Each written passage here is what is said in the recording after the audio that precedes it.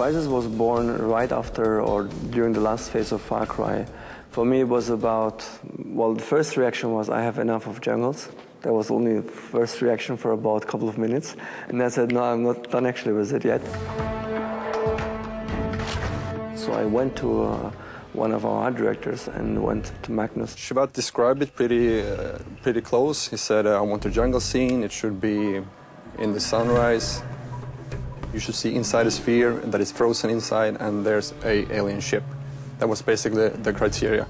After like a half day, he came back to me and said, like this? And I said, yeah, that's fantastic. I wanted to make a hero where the player at any moment can change his tactic to survive any given situation. So the player constantly has to adapt to survive in a way he wants to apply his tactics, he wants to overcome the enemy, and he wants to use the environment to overcome the enemy. We wanted two things. Number one is to establish a hero who is visually different from anything that's on the market today.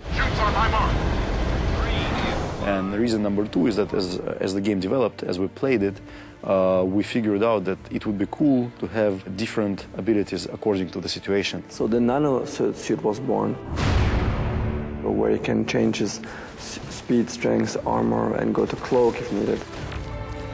The concept of the suit was one of the biggest odysseys in the whole process, because originally we didn't have it. So in the beginning, the player used to start with a normal, super advanced, modern soldier Delta Force kind of uniform without any special features.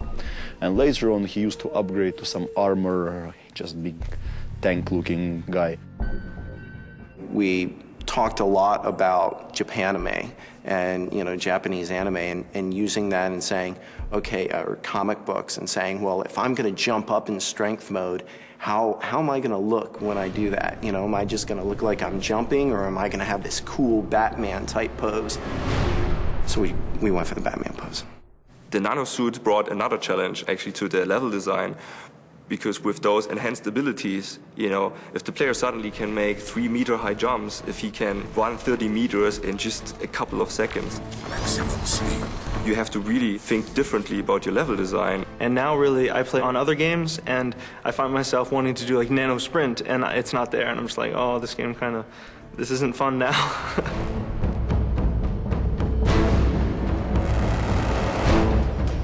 Get down! Oh. The big goal about the aliens of Crysis was always to define a benchmark. We spend more time and money and resources ever in one creature than probably the entire budget of Far Cry. Aliens, we have so many concepts for aliens, I couldn't even count them. I think hundreds, literally.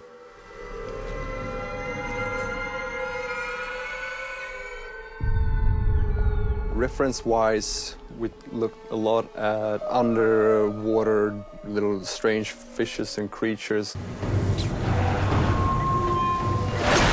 We can't just have this one kind of alien engagement or this kind of threat. We have to have different kinds of aliens, and they all should provoke you to a different kind of gameplay. Look different, feel different, do something different. All those different creatures together should be this interesting alien involvement.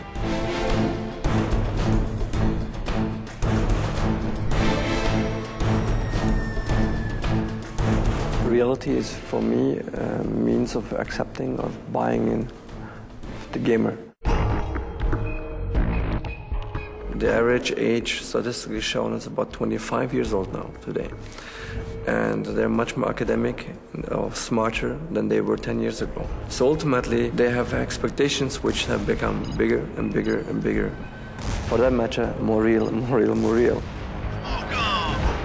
Crysis is unsurpassed in terms of its visual quality. You won't see anything like Crysis on the market for some time. And Crytek are well known for producing incredible graphics and you know, all the things that go with that in terms of the realism of the game. We have leaves that have light scattering through them with perfect shadowing and everything. We have a very, very good dynamic light system. Everything breaks in this game. We have motion blur, so basically depth of field. All the features, all the things that a real camera has. it's really amazing to see like a real-time rendered ocean that Thiago's working on and just go, is he watching a Pixar film? Like, what is it? I mean, to see stuff that's being rendered at 60 frames a second that looks comparative to stuff that I've seen in film is just really, I would say, breathtaking. When we did Far Cry, we made the idea of what a jungle should look like, and this time the goal was to make a real one.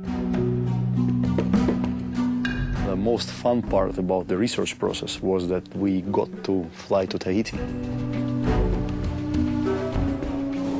I mean, we photographed every single piece of leaf, rock, vegetation, whatever we found on this island, everything. We got to feel how things relate to each other, how they grow, how the palm trees look like. How the leaves get affected by looking at the sun through the leaf.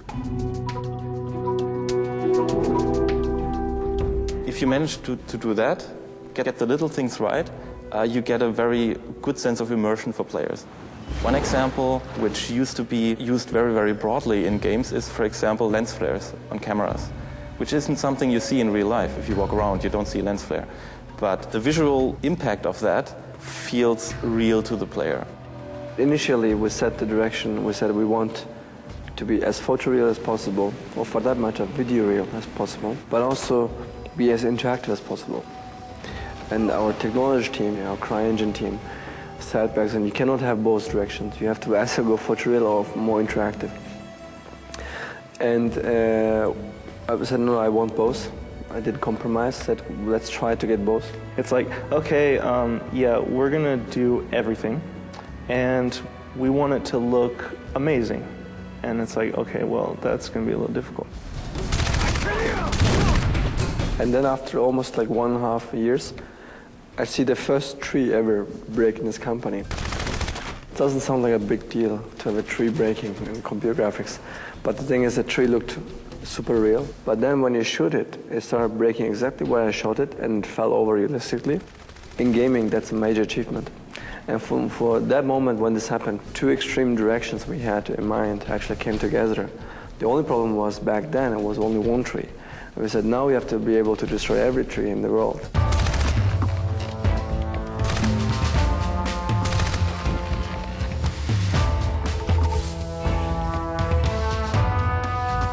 Challenge in creating such an open environment and actually crafting an experience for the player which is so open and environment which is so free is actually very complicated. Complete freedom is confusing, so you have to provide a certain guidance to players because they don't want, you know, to stand somewhere and have no clue what's going on. Holy shit! There goes another one! At one point you always have to like close that bow, you know, you have this open space, but at one point, again, you want to have the story still move on, then maybe open the section up a little more. You want the job? You got it!